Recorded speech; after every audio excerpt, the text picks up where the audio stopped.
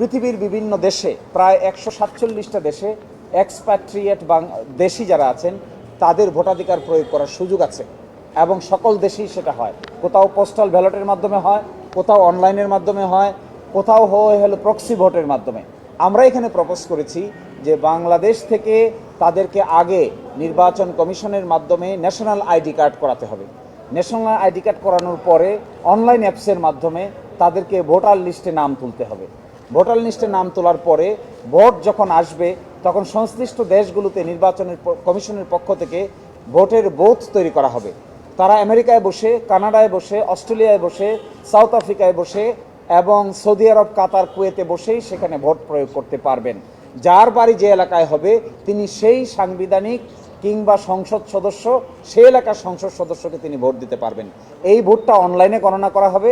পরবর্তীতে এই ভোটের বাক্সগুলো, ব্যালটগুলো বাংলাদেশে প্রেরণ করা হবে। এরই মাধ্যমে 1,46,00,000 মানুষ যারা ছড়িয়ে ছিটিয়ে আছেন, শিক্ষিত, দেশের জন্য উপকারী, তাদের ভোটাধিকার হলে বাংলাদেশের ডেমোক্রেসিতে নতুন ডাইমেনশন যোগ হবে বলে আমরা মনে করি।